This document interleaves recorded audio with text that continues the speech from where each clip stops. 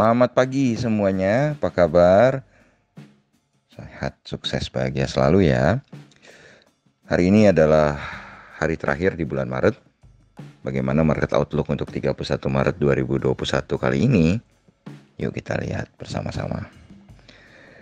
Kalau kita lihat tadi malam market Amerika berada di dalam zona merah yang disebabkan adanya sedikit ketakutan mengenai dua hal.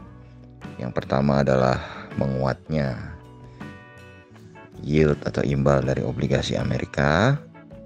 Dan yang kedua adalah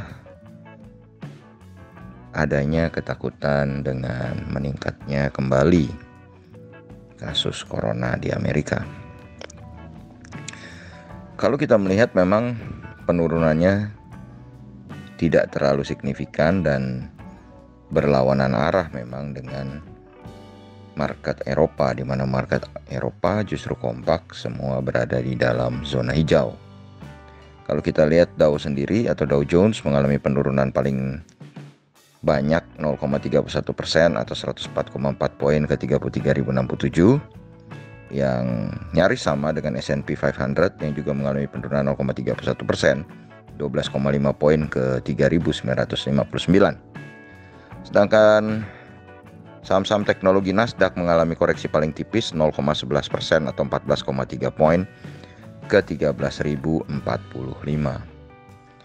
Jadi seluruh market Amerika berada di dalam zona merah.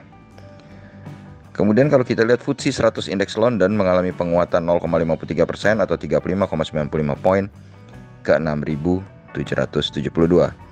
Sedangkan Xetra DAX Frankfurt atau GDXI mengalami penguatan 1,29% atau 190,9 poin ke 15.009. CAC Prancis mengalami penguatan 1,21% atau 72,5 poin ke 6.088. Jadi kalau kita melihat market Eropa justru berkebalikan dengan market Amerika, di mana market Eropa tampak sangat optimis. Dan kalau kita lihat sebenarnya dari dolar indeks sendiri, dolar indeks kembali melanjutkan penguatannya dan menguat cukup banyak 0,353 poin atau 0,38% ke 93,297. Dan naiknya dolar indeks pasti akan memberatkan bursa regional Asia maupun bursa komoditi. Sedangkan dari obligasi 10 tahun Amerika sendiri memang kembali mengalami penguatan 0,29% atau 0,05 poin ke 1,726. Lalu kalau kita lihat kurs rupiah sendiri, kurs rupiah kembali tertekan oleh dolar indeks melemah 35 poin atau 0,24% ke 14.480. Ini tentu akan menjadi sebuah sinyal yang kurang baik bagi IHSG. Kemudian kalau kita lihat TLKM NYSE atau saham PT Telkom yang diperdagangkan di New York Stock Exchange atau diperdagangkan di Amerika juga mengalami penurunan 0,5% atau 0,12 poin ke 23,75. Dimana kalau dirupiahkan saham Telkom di Amerika adalah 3.440. Kemudian EIDO atau ETF Indonesia yang diperdagangkan di Amerika atau kumpulan 31 saham Indonesia yang diperdagangkan dalam bentuk ETF atau Exchange Trade Funds jenis reksadana di New York Stock Exchange di Amerika ini justru mengalami pelemahan yang sangat dalam 0,64 poin atau 2,83% ke 22,01. Dengan melemahnya EIDO yang cukup dalam ini tentu akan menjadi sinyal yang kurang mengenakan bagi IHSG kita hari ini. Kemudian kalau kita lihat di bursa komoditi, minyak atau oil atau WTI oil atau Western Texas Industries Oil terpukul 1,46 poin atau 2,36% ke 60,35. Kemudian emas atau gold juga mengalami penurunan 28,8 poin atau 1,68% ke 1684,20. Kemudian kalau kita lihat tin atau timah mengalami penurunan 20 poin atau 0,08% ke 25.282,50.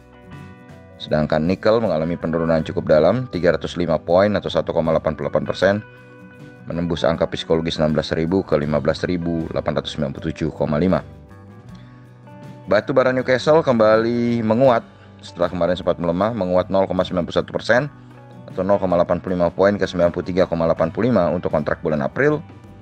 Dan untuk kontrak bulan Mei mengalami penguatan juga 0,5 poin atau 0,57% ke 88,8. Batubara Rotterdam sebaliknya berada dalam zona merah, mengalami penurunan 0,6 poin atau 0,85% ke 70 untuk kontrak bulan April, dan untuk kontrak bulan Mei mengalami penurunan 0,5 poin atau 0,71% ke 70,05.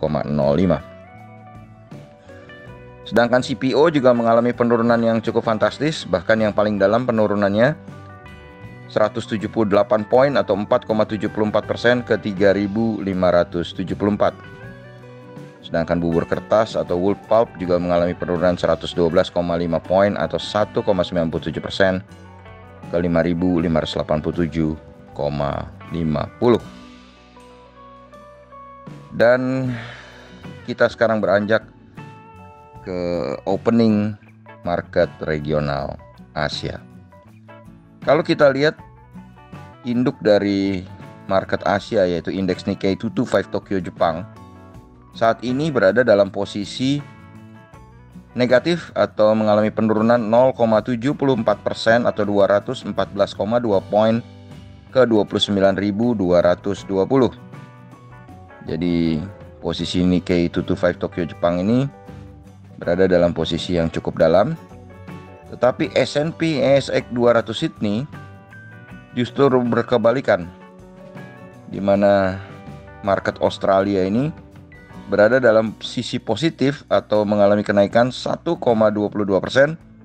atau 82,4 poin ke 6.820,8. Jadi ada kebalikan yang cukup tajam antara Nikkei dengan S&P ASX 200 Sydney. Sedangkan indeks Korea atau Kospi Seoul berada di dalam zona hijau tipis, hanya positif 4,06 poin atau 0,13% ke 3.074,06. Jadi kalau kita lihat memang ada kontradiksi di market Asia, terutama antara Nikkei 225 Tokyo Jepang dengan S&P ASX 200 Sydney. Dan kalau kita lihat memang posisi Dow Jones Index Future sendiri saat ini berada di dalam zona hijau atau positif sebesar 12 poin atau 0,04% ke 32.937. Lalu bagaimana dengan market Indonesia hari ini? Market Indonesia hari ini kami melihat adanya perubahan dari apa yang kami gariskan di market review kemarin. Kalau di kemarin sore di market review kami mengatakan 51% akan berada di dalam zona hijau, maka kali ini kami akan berkebalikan berada di dalam zona merah sebesar 51%. Alasannya tentu saja opening Nikkei 225 yang buruk, berada cukup dalam zona merahnya pelemahannya, dan bukan hanya market Amerika yang memburuk tapi menguatnya dolar indeks dan cukup dalamnya penurunan Edo. Demikianlah apa yang bisa kami paparkan bagi Anda semua.